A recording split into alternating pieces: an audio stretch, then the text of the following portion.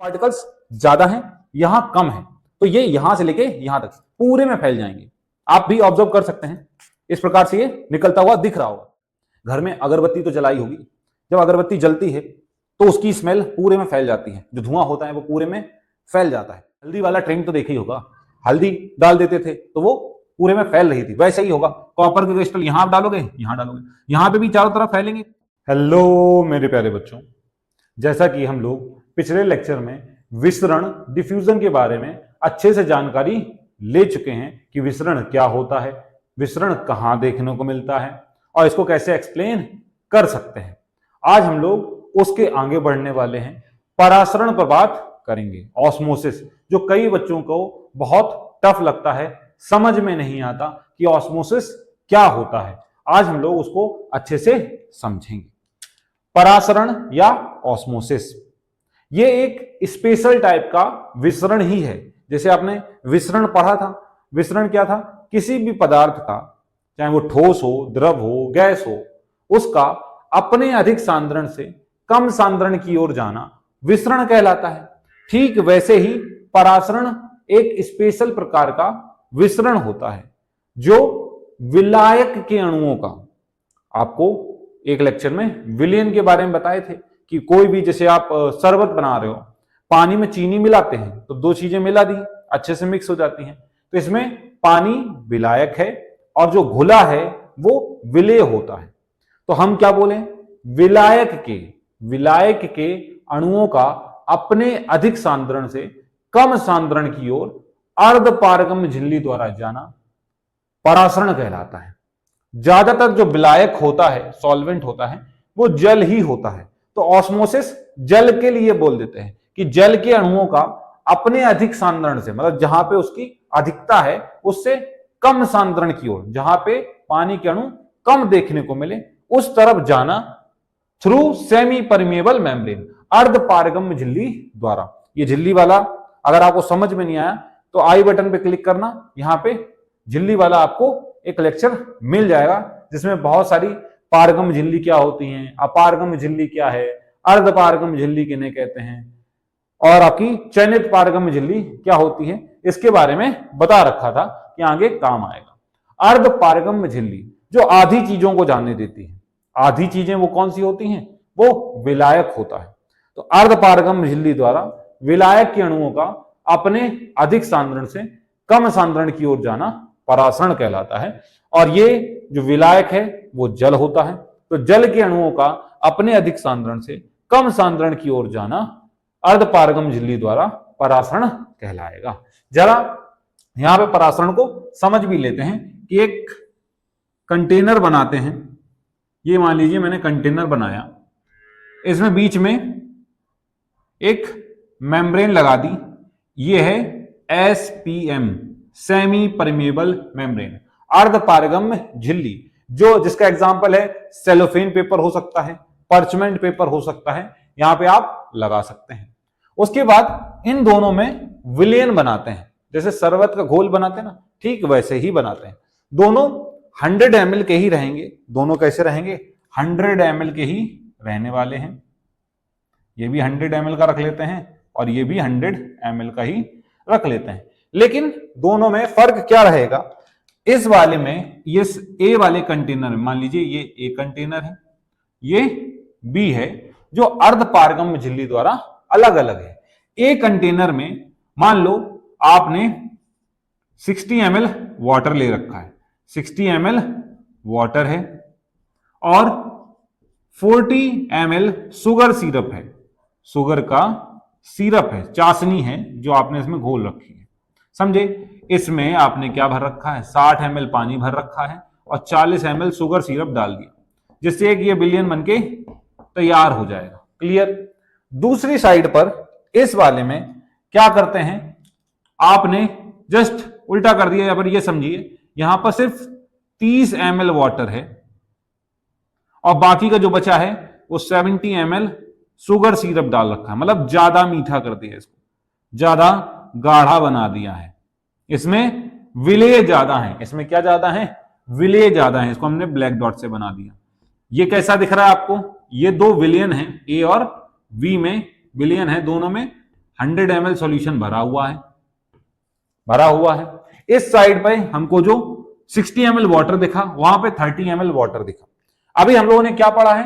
परासरण क्या होता है? जल के अणुओं का अपने अधिक सांद्रण से कम सांद्रण की ओर जाना थ्रू सेमी परमिएबल मेम्ब्रेन परासरण कहलाता है। या फिर विलायक का अपने अधिक सांद्रण से कम सांद्रण की ओर जाना। तो इसमें से विलायक क्या है? विलायक जिसमें चीजें घुलती हैं, दोनों जल ही हैं। इसमें विलायक कितना है बेटा? देखो, इस वाले में विलायक जो घोला गया है, जिसमें घुला है, वो है 60 ml। कितना है? 60 ml है। और इस साइड पे विलायक कितना है जिसमें चीजें घोली हैं? वो 30 ml है। तो यहां पे विलायक कम है। यही तो था, विलायक अपने अधिक सांद्रण से कम सांद्रण की ओर जाएगा। तो धीरे धीरे ए सॉल्यूशन से जल के अणु निकल के इस वाले में आने लगेंगे। विलेय के अणु नहीं आते हैं, सिर्फ विलायक के अणु ही जाते हैं। तो हम बोल सकते हैं ए सॉल्यूशन से बी की ओर जल के अणु जाएंगे। क्यों? क्योंकि यहां पे विलायक ज्यादा है और वहां पे विलायक कम है। तो जल के अणु कहां से कहां जाते हैं? अधिक विलायक से कम विलायक की ओर जाते हैं। अधिक विलायक से कम विलायक की ओर गति करते हैं। जहां पे कम विलायक के अणु होंगे वहां पर गति करेंगे। इसके अपोजिट में एक और आंसर बोला जा सकता है विलेय के टर्म में। देखिए, यहां पे विलेय कम है और वहां पे विलेय ज्यादा है। तो जल कहां से कहां जाता है? कम विलेय से अधिक विलेय की ओर जल का गति होता है। जल कहां से कहां जाएगा? ए से बी में जाएगा। दो प्रकार से एक्सप्लेन कर सकते हैं, क्योंकि ए में विलायक अधिक है, बी में विलायक कम है, जल कम है, तो जल यहां से वहां चला जाएगा, यहां से वहां चला जाएगा। दूसरे टर्म में बोल सकते हो, कम विलेय से अधिक विलेय की ओर भी जल का प्रवहन होता है, लेकिन जाएगा क्या? सिर्फ जल, विलायक ही जाता है, विलेय के अणु नहीं जाते। इसको कहते हैं परासरण। परासरण हमको कहां कहां देखने को मिलता है? एग्जाम्पल क्या है परासरण का? परासरण आपको मूल रोमों में देखने को मिलता है। एग्जाम्पल, मूल रोम द्वारा जल का अवशोषण। जल का अवशोषण किसके द्वारा होगा? परासरण के द्वारा होगा। और किसमें बता सकते हैं? जैसे पौधों के जो पर्णरंध्र होते हैं, स्टोमेटा होते हैं, पर्णरंध्र स्टोमेटा होते हैं, वो ओपनिंग किसके द्वारा होगी? ओपनिंग और क्लोजिंग वो भी परासरण द्वारा ही होगी। Opening and closing. आप लोगों ने कभी ना कभी छुई मुई का पौधा तो छुआ होगा। जैसे उसको टच करते हैं तो वो बंद हो जाती हैं उसकी पत्तियां, छुई मुई के पौधे की। टच मी नॉट प्लांट, तो वो भी किसकी मदद से है? परासरण की मदद से। आप लोगों ने कभी कपड़े धोए होंगे, कपड़े धोए जहां ज्यादा देर तक पानी में हाथ रहे तो देखा होगा रिंकल्स टाइप के पड़ जाते हैं, सिकुड़ जाती हैं उंगलियां। वो भी किसकी वजह से है? परासरण की वजह से होता है। आपने और भी चीजें ऑब्जर्व की होंगी या देखा होगा अपनी दादी, नानी, मम्मी को अचार बनाते हुए। जब वो अचार बनाती हैं तो उसमें सॉल्यूशन बड़ा तेल, नमक वगैरह रखती हैं, जिससे वो अचार लंबे समय तक टिका रहता, खराब नहीं होता। अगर वो कम हो जाए तो अचार खराब हो जाता है। इसमें भी परासरण का लॉजिक आता है। ठीक है। और भी जैसे बोल सकते हैं, जैसे आपने कभी भी सलाद वगैरह काटना और उस पर नमक छिड़क देना और थोड़ी देर बाद देखेंगे कि वो जो सलाद है उसमें कुछ वाटर टाइप का बाहर निकलने लगा। वो भी किस वजह से है? परासरण की वजह से होता है। या फिर बहुत ही कॉमन एग्जांपल, आपने किशमिश डाली होंगी, रात में किशमिश डाल दो पानी में, सुबह देखेंगे वो फूल जाती हैं, फूली फूली दिखाई देती हैं। वो भी किसकी वजह से होता है? परासरण की वजह से होता है। तो परासरण से बहुत सारे क्वेश्चन बनते हैं और एक्सप्लेन करने के लिए आता है कि एक्सप्लेन कीजिए ये क्यों हो रहा है। हम लोगों ने परासरण को समझ लिया है कि परासरण क्या है। इससे रिलेटेड थोड़ी और चीजें समझते हैं। जो परासरण है बेटा, उसके होने के लिए विलयन में थोड़ा सा अंतर होना चाहिए। जो सेल जहां पे रखी जा रही है, जिस एनवायरनमेंट में रखी जा रही है, उस सॉल्यूशन में थोड़ा अंतर होना चाहिए। उसके डिपेंडेंसी से ही पानी अंदर जा सकता है या बाहर निकल सकता है, उसको जरा बनाते हैं। इसका आप स्क्रीनशॉट ले लीजिए, तब तक मैं इसको रफ कर देता हूं। आप लोगों ने स्कूल वगैरह में थोड़ा बहुत तो पढ़ ही लिया होगा, उसमें आपने देखा होगा परासरण के हिसाब में अति पराश्री विलयन, समपराश्री विलयन या फिर उससे कम अल्प पराश्री विलयन के बारे में बताया गया होगा। उसको जरा समझते जाते हैं, साथ में ही एग्जाम्पल भी सॉल्व कर लेंगे। एक पंथ दो काज हो जाएंगे, एक तीर से दो निशाने, अलग अलग नहीं पढ़ना पड़ेगा। हमको पढ़ना है बेटा विलयन। जैसे अभी विलयन समझे ना, विलयन क्या है? जब आप घोल देते हैं किसी भी चीज को पानी वगैरह में, वो विलयन बन जाता है। अब वो विलयन किस प्रकार का है उसके हिसाब से ही आपको यहां पर बताना है। जैसे समपराश्री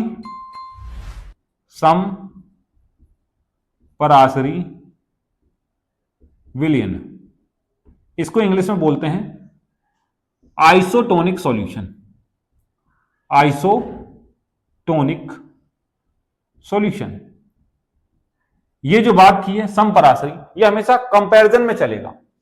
कोई दो विलयन होंगे, उससे कंपैरिजन होगा, तभी आप किसी को समपराश्री, अति पराश्री या अल्प पराश्री बोल सकते हो। अति पराश्री विलयन इंग्लिश है इसकी हाइपरटोनिक सॉल्यूशन। ये बड़ा अच्छे से समझना है, बहुत क्वेश्चन इससे बनते हैं, सारे बताए जाएंगे। Hypertonic solution. एक और होता है जिसको बोलते हैं अल्प पराश्री, अल्प पराश्री विलयन। Hypotonic solution, hypotonic solution, hypotonic solution. इसमें जरा देखते हैं, एक जैसे एक कंटेनर है, तीनों में एक एक कंटेनर बना लेंगे। एक यहां पे भी कंटेनर बना देते हैं, एक ये कंटेनर है, एक यहां पे भी कंटेनर बना देते हैं, जिसमें आप दो प्रकार की सेल्स रखेंगे। दो प्रकार की सेल्स रखेंगे, एक एनिमल सेल और एक प्लांट सेल को हम रखते हैं। जैसे प्लांट सेल को मैं इस प्रकार से दिखा देता हूं। एक ये प्लांट सेल है जिसमें ये सेल वॉल बना हुआ है और ये इसकी सेल मेम्ब्रेन हो गई। एक यहां पर एनिमल सेल दिखा देते हैं। एनिमल सेल है आरबीसी। एनिमल सेल क्या है बेटा? आरबीसी, रेड ब्लड सेल है जो रक्त की कोशिका है। यहां पे बना दीजिए। एक आप यहां पर भी बना दीजिए, ये आरबीसी। यहां पे भी एक आरबीसी बना देते हैं, एक आरबीसी यहां बना दी। ठीक है, ये सब क्या है? आरबीसी हैं। RBC, red blood cells, red blood cells बनी हुई है, इनको इसमें रखा गया है। अभी धीरे धीरे समझते हैं। और प्लांट सेल भी बना देते हैं। यहां पे भी एक प्लांट सेल होगी, यहां पे भी एक प्लांट सेल रख दीजिए, जिससे आपके एक्सपेरिमेंट एक ही साथ हो जाएंगे। ये प्लांट सेल रख दी है। यहां पे इसकी ये सेल मेम्ब्रेन, इसकी ये क्या है? सेल मेम्ब्रेन है। इसकी ये सेल मेम्ब्रेन है, अंदर सेल कंटेंट देखने को मिलेगा। अब इसमें एक विलयन भरा हुआ है इन कंटेनर में। इन कंटेनर्स में क्या भरा हुआ है? कुछ विलयन भरा हुआ है जिसमें जल है और कुछ अदर सॉल्ट्स वगैरह मिले हुए हैं। ठीक है, इसमें भी सेम ऐसा ही है। अब आप कंपैरिजन करेंगे कोशिका के अंदर जो लिक्विड भरा हुआ है और जो बाहर भरा हुआ है, उनमें कैसी सांद्रता है। सांद्रता मतलब किसमें कितना जल है या कितना विलय घुला हुआ है। उसके हिसाब से ही आप किसी विलयन को समपराश्री, अतिपराश्री या फिर अल्प पराश्री बोल सकते हैं। क्या कह रहे हैं कि जो बाहर का पर्यावरण होता है, बाहर का एनवायरनमेंट है, उससे कंपैरिजन किया जाएगा कि कोशिका के अंदर और बाहर के मीडियम में सांद्रण में कितना अंतर देखने को मिलता है। जब कोशिका के अंदर का सांद्रण और बाहर का सांद्रण दोनों बराबर हो। क्या बोला? आइसो मतलब होता है, आइसो मतलब होता है बराबर, आइसो मतलब सेम, आइसो मतलब सेम, और टोनिक मतलब कंसंट्रेशन, कंसंट्रेशन मतलब सांद्रण, सांद्रता, सांद्रण। आइसो, आइसो मतलब समान।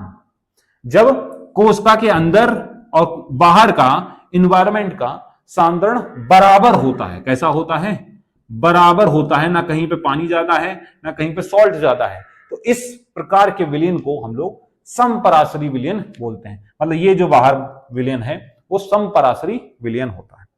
एक ह्यूमन सेल के लिए, किसके लिए? ह्यूमन सेल के लिए जो समपराशरी विलयन होते हैं उनका कुछ इस प्रकार से परसेंटेज में लिखते हैं। समपराशरी का एग्जांपल है 5% डेक्सट्रोज सॉल्यूशन, डेक्सट्रोज सॉल्यूशन, या फिर 0.9% सलाइन सॉल्यूशन, सलाइन सॉल्यूशन। अब इसका क्या मतलब है? आप लोग कभी हॉस्पिटल गए ही होंगे, किसी ना किसी को आईवी ड्रिप चढ़ते हुई देखी होगी, बोतल चढ़ती हुई देखी होगी। जो बोतल होती है उस पर अब की बार बड़ा गौर करके देखना, ये 2 पॉइंट्स लिखे रहते हैं। 5% डेक्सट्रोज का सॉल्यूशन होगा मतलब शुगर सॉल्यूशन, या फिर 0.9% सलाइन सॉल्यूशन होगा जो चढ़ाया जा रहा होगा उस व्यक्ति को। 5% डेक्सट्रोज का मतलब है 5 ग्राम शुगर। 5% डेक्सट्रोज का मतलब क्या है? 5 ग्राम शुगर है 100 ml वाटर में। समझ गए? 5% डेक्सट्रोज सॉल्यूशन, 5 ग्राम शुगर डाल रखी है 100 ml सॉल्यूशन में, उससे बनाया हुआ है। 0.9% सलाइन सॉल्यूशन का मतलब क्या है? 0.9 ग्राम सॉल्ट डाल रखा है, NaCl डाल रखा है, किसमें? 100 ml या 100 ग्राम वाटर में, तो ये सॉल्यूशन बनते हैं। तो ये बोतल वगैरह चढ़ाने में यूज होते हैं। इन्हीं का यूज क्यों करते हैं? जब भी ऐसा समपराशरी विलयन आपके शरीर में इंटर कराया जाएगा तो ना ही बाहर का पानी अंदर आएगा ना ही अंदर का बाहर जाएगा, या फिर आप ऐसा बोल सकते हो जितना वाटर अंदर गया उतना ही बाहर निकल गया, ऐसे ही जितना वाटर इसके अंदर गया उतना ही बाहर निकल गया, दोनों सेम टू सेम चलते रहते हैं। तो ये समपराशरी है। समपराशरी विलयन में ऑस्मोसिस ना के बराबर है, बोलोगे हो ही नहीं रही है, ना पानी अंदर जा रहा है ना बाहर आ रहा है। इसीलिए 5% डेक्सट्रोज या 0.9% सलाइन सॉल्यूशन का उपयोग किया जाता है बोतल वगैरह चढ़ाने। इससे अगर कम कंसंट्रेशन है तो उसको अल्प पराशरी विलयन बोलते हैं। हाइपो मतलब कम, हाइपो मतलब क्या रहेगा? कम रहेगा, कम सांद्रण हो। किसका कम सांद्रण हो? किसका कम सांद्रण हो? बाहर वाले विलयन का। ये जो बाहर वाला विलयन है इसका सांद्रता, इसकी जो सांद्रता है वो इसके विलयन से कम है। बाहर वाली की इसकी सांद्रता क्या है? इसकी सांद्रता कम है। सांद्रता कम है मतलब इसमें विलेय कम है, विलेय कम है। विलेय कम है तो मतलब विलायक ज्यादा है, विलायक ज्यादा है। कहां पर? बाहर।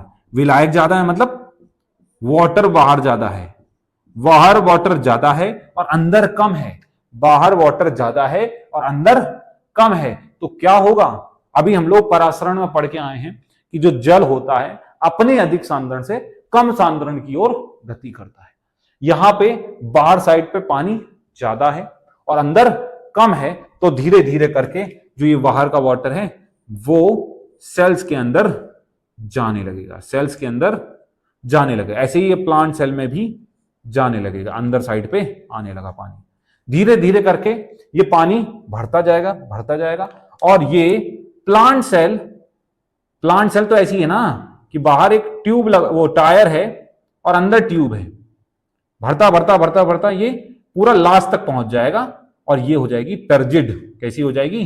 टर्जिड। तो प्लांट सेल इस टाइम पे कैसी हो जाती है? प्लांट सेल कैसी हो जाती है? टर्जिड हो जाती है। कैसी हो जाती है? टर्जिड हो जाती है, फूल जाती है। और एनिमल सेल क्या होगी? एनिमल सेल आरबीसी है। आरबीसी क्या करेगी? धीरे धीरे करके बड़ी होगी। सेल मेम्ब्रेन थोड़ी सी कैसी होती है? फ्लेक्सिबल होती है ना, बढ़ती जाएगी बढ़ती जाएगी और लास्ट में जाके ये बर्स्ट हो जाती है। आरबीसी का क्या होगा? आरबीसी स्वेल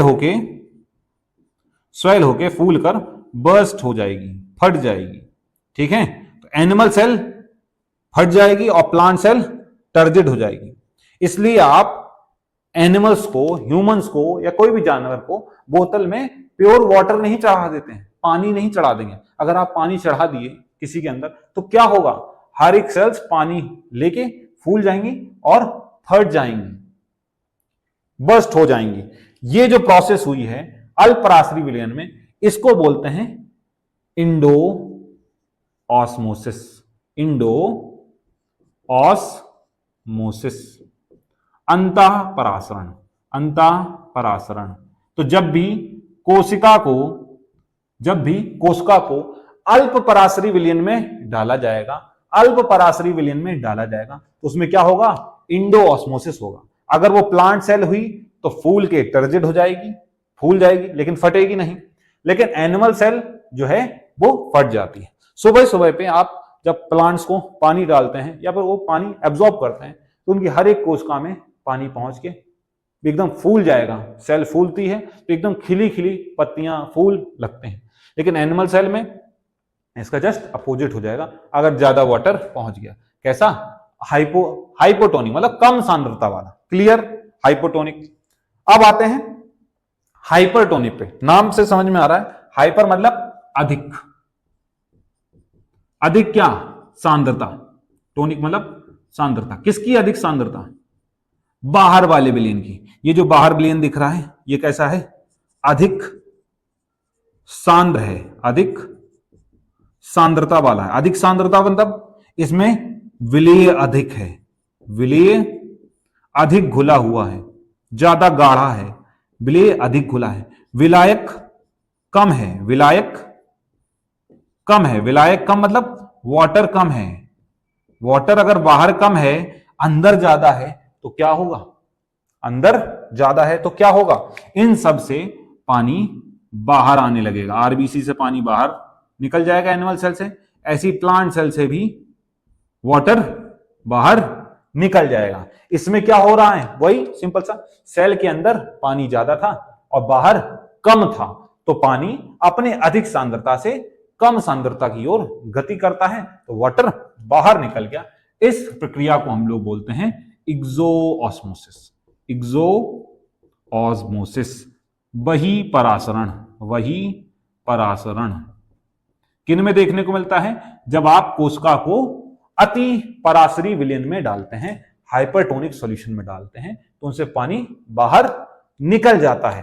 प्लांट सेल क्या होगी, प्लांट सेल में ये छोटी छोटी कोशिका इस प्रकार से बन जाएगी, क्योंकि यहां से सेल मेम्ब्रेन खत्म हो गई, ये पहुंच गई। तो प्लांट सेल में बोला जाता है प्लाज्मोलिसिस हुआ है। क्या हुआ है, प्लांट सेल में क्या हुआ है, जब आप कोई प्लांट सेल को, पादप कोशिका को अति पराशरी विलयन में रखते हैं तो उसमें क्या होता है, प्लाज्मोलिसिस होता है। प्लाज्मोलिसिस प्रक्रिया होती है। जो जीव द्रव्य है, जीव द्रव्य कुंचन हो जाता है। जीव द्रव्य कुंचन हो जाता है मतलब जीव द्रव्य संकुचित हो जाता है, छोटा हो जाएगा। सेल वॉल वहीं के वहीं रहेगी, लेकिन अंदर का जो सेल मेम्ब्रेन वाला स्ट्रक्चर है वो बहुत पास पास आ जाएगा। तो प्लांट सेल प्लाज्मोलिसिस शो करती है, प्लाज्मोलाइज्ड हो जाती है, प्लाज्मोलाइज्ड हो जाती है। जबकि एनिमल सेल में क्या होगा, एनिमल सेल, ये जो आरबीसी है वो एकदम क्रिनेटेड हो जाती है। तो एनिमल सेल में बोलते हैं क्रिनेटिज्म हो गया है। एनिमल सेल में क्या हो जाता है, एनिमल सेल में क्या हो जाएगा, सिकुड़ जाएगी, एकदम सिकुड़ जाती है, श्रिंकेज हो जाता है। क्या हो जाता है, श्रिंकेज हो जाता है। इसको क्रिनेटिज्म बोलते हैं, क्रिनेटिज्म हो गया है। क्या हो गया है, क्रिनेटिज्म हो जाता है। समझ गए। जैसे आप अब ऑब्जर्व कीजिए, सिंपल सी बात है, किशमिश लाइए, किशमिश देखोगे एकदम पिचकी हुई होती है, अंदर उसके पानी बहुत कम होता है, विलेय बहुत होता है। अगर उसको तुम इस समपराशरी विलयन में डाल दोगे तो कुछ नहीं होगा। समपराशरी मतलब दोनों का कंसंट्रेशन सेम। लेकिन अति पराशरी में अगर डाल दिया किशमिश को तो वो फूल जाएगी, फूल जाती है। जब आप पानी में डालते हैं तो वो फूल जाती है, क्योंकि उसके लिए अति पराशरी विलयन है। लेकिन उसी फूली हुई किशमिश को निकाल के आप अति पराशरी विलयन में डाल दीजिए। जब इसमें डालेंगे तो वो किशमिश सिकुड़ जाएगी। ऐसे ही एक्सपेरिमेंट किए गए हैं सिंपल से कि आप जैसे एग है, अंडा जो होता है उसको डीसेल्ड कर दीजिए, मतलब जो उसका कवच होता है उसको डाइल्यूट HCl में डालोगे तो वो कवच गल के हट जाता है, तो नॉर्मल एग बचेंगे। दो आप ऐसे लीजिए, एक को आप अल्प पराश्रयी विलयन में डालिए और दूसरे को अति पराश्रयी में डालिए। देखेंगे अल्प पराश्रयी में डालने से अंदर साइड पे पानी जाएगा, इंडोऑस्मोसिस होगा तो उसका साइज बढ़ जाएगा, और अति पराश्रयी में उससे वाटर निकल जाएगा तो उसका साइज छोटा हो जाएगा। ठीक ऐसा आप किशमिश के साथ भी कर सकते हैं। किशमिश को अल्प पराश्रयी विलयन में डालिए और अति पराश्रयी में। अल्प पराश्रयी में डालेंगे तो वो फूल जाएगी और अति पराश्रयी में सिकुड़ जाती है। और बोतल वाला एग्जांपल भी आपको बता दिया है कि समपराश्रयी आइसोटोनिक ही क्यों होते हैं। ये टॉपिक्स बच्चे को बहुत ज्यादा दिक्कत करते हैं, जो आपको अच्छे से एक्सप्लेन कर दिए हैं। इसी से रिलेटेड एक क्वेश्चन आपको बताते हैं। जिस प्रकार से जैसे अभी बताया था, दादी नानी लोग अचार रखती हैं या मुरब्बा वगैरह बनाती हैं जिसमें चाशनी का घोल होता है। आप कभी भी एक्सपेरिमेंट अगर करना तो एक पतला सा, मतलब पतला सा क्या बोलूं, शरबत बनाना, एक में कम चीनी डालना और एक को एकदम बहुत गाढ़ा एकदम चाशनी बना के रख देना। जो चाशनी होगी वो लंबे समय तक चल जाएगी, खराब नहीं होगी, लेकिन जो आपका नॉर्मल शरबत बना था वो खराब हो जाएगा कुछ ही दिनों में। ऐसा क्यों? क्योंकि जो चाशनी है उसमें पानी बहुत कम है, मतलब वो अति पराश्रयी विलयन है।